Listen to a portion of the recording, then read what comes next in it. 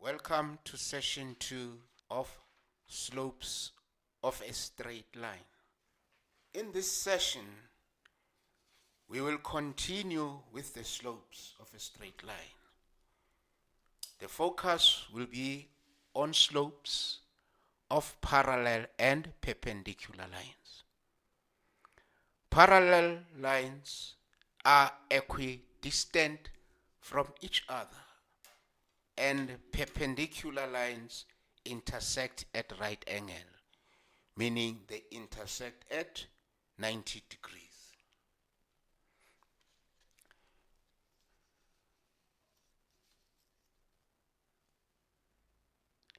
Parallel lines and slopes. Slopes of parallel lines are equal. Consider line AB in figure 1A, line AB and line PQ. For A coordinates -2 and 1, B coordinates 3 and 1, and P coordinates -1 and -1, Q coordinates 2 and 1. The gradient BA will give you 3 over 2, and the gradient QP will also give you 2 over 3. It means the gradient BA is equals to the gradient PQ. Therefore, AB is parallel to PQ.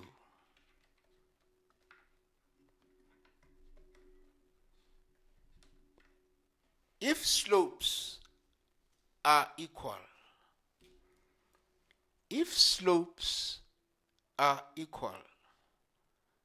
the lines are parallel. Let's recap. Slope BA is equals to slope QP. Therefore, line AB is parallel to line PQ. If line AB is parallel to line PQ, then gradient AB will be equals to gradient PQ. If lines are parallel, slopes are equal. If slopes are equal, the lines are parallel.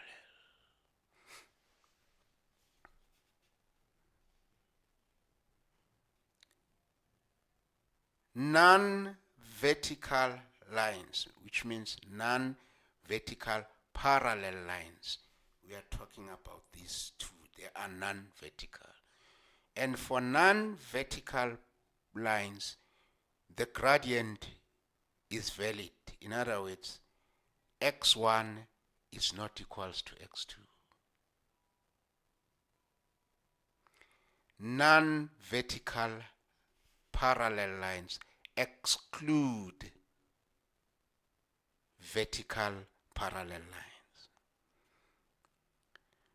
For non-vertical slopes, x1 is not equals to x2, and the slope is defined, which means it is valid. Now let's look at the slopes of vertical parallel lines.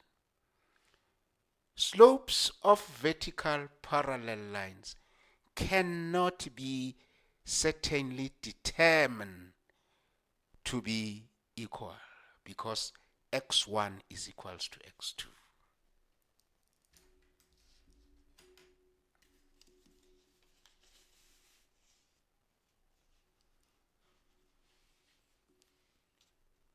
The scenario that if the slopes are equal, lines are parallel, and if the lines are parallel, then the slopes are equal, doesn't apply for vertical parallel lines. Their slopes cannot be certainly determined to be equal. We cannot do that with certainty. We don't know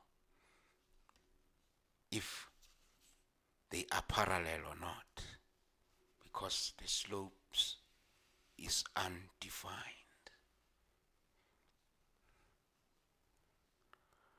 Consider line AB in figure 1b and line PQ.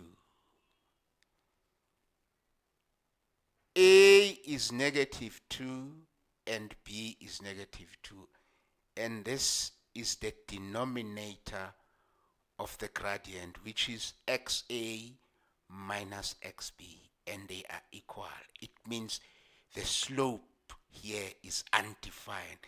The same with PQ. -2 for XA minus -2 for XB will give you -2 plus 2, which is 0. The same here, 1 minus 1 will give you 0. The gradient AB,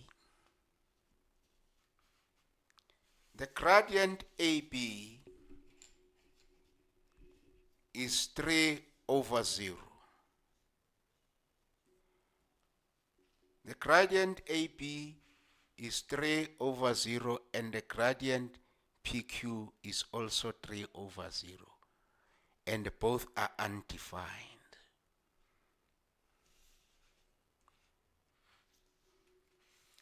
Let's go to perpendicular lines.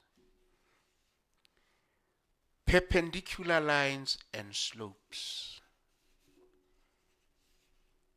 The product of perpendicular slopes is a negative reciprocal. It means when you multiply the gradients or the slopes of perpendicular line, the answer will be -1. Negative reciprocal means -1. Let's consider line AB, and line PQ.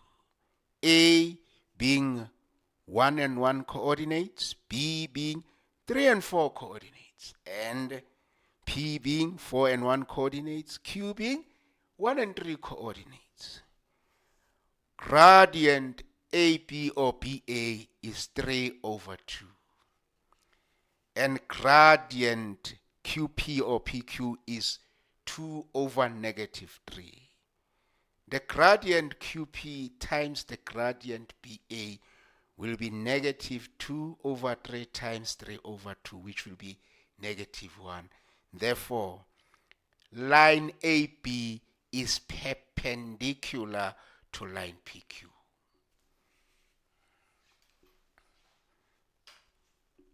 This, what happened here in figure 2a, applies only to diagonal lines, because x1 and x2 are not equal for diagonal lines. Therefore, the slopes are defined. Diagonal lines. Gradient T times gradient N equals to -1. This is for diagonals, diagonal lines. X1 is not equals to X2, and the slopes are defined. If slopes of diagonal lines MAB times MPQ is equals to -1, then AB is perpendicular to PQ. If AB perpendicular to PQ, then slope AB times slope PQ is equals to minus 1. Note that the slopes of vertical and horizontal lines and their product are undefined, even though they are perpendicular to each other.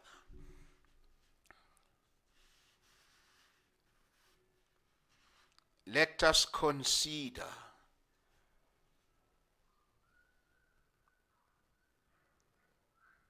A 1 and 3 in figure 2b, B 1 and 1, and P 2 and 2, Q minus 1 and 2.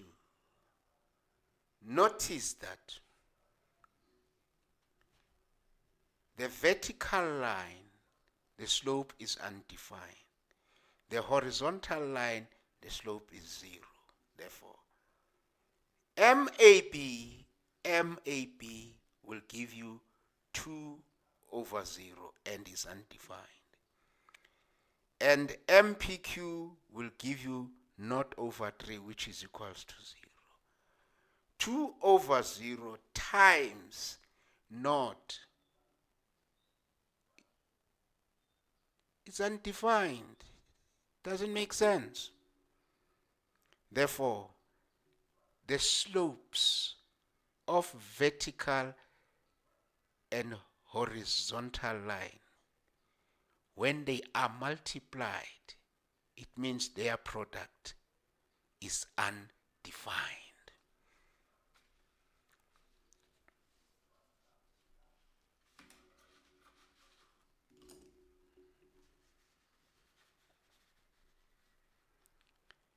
Exercise 1 and 2